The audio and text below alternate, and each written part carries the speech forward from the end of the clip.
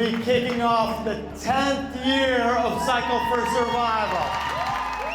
It starts with a small group of dedicated people, and there are a number of those people that are here today from New Jersey that started this movement 10 years ago. So let's give it up for some of the people who've been riding all 10 years. On behalf of Jennifer, David, the Goodman and Lynn families, patients with rare cancers and their caregivers, and for those who are surviving, we want to thank you from the bottom of our hearts. I was here last year, although I didn't ride.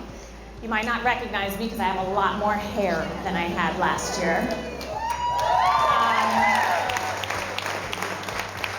When I walked in the door last year, I had no idea what to expect, and I was completely unprepared.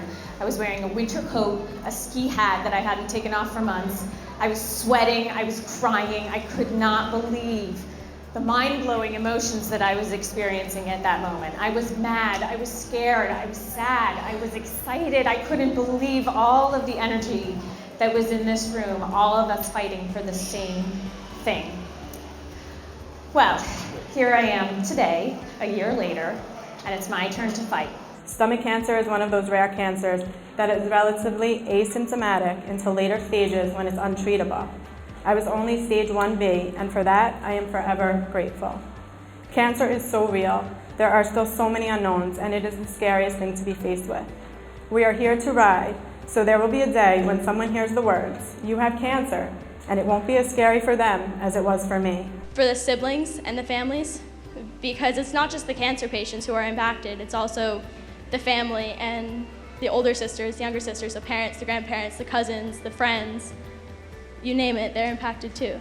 10 years later, 26,000 riders in 10 markets in 21 Equinox clubs, all riding to help cure rare cancer. 10 years later, Cycle for Survival is what we do at Equinox. From our corporate team, our managers, our maintenance teams, and especially our group fitness instructors. So phenomenal, you guys. 13,000 strong employees, and we are all in.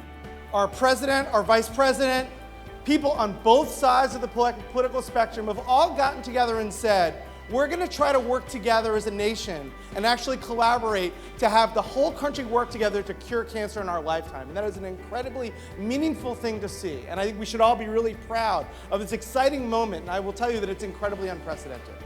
But the key thing for all of us here today to realize is what they're trying to do on a national scale is capture the essence of Cycle for Survival.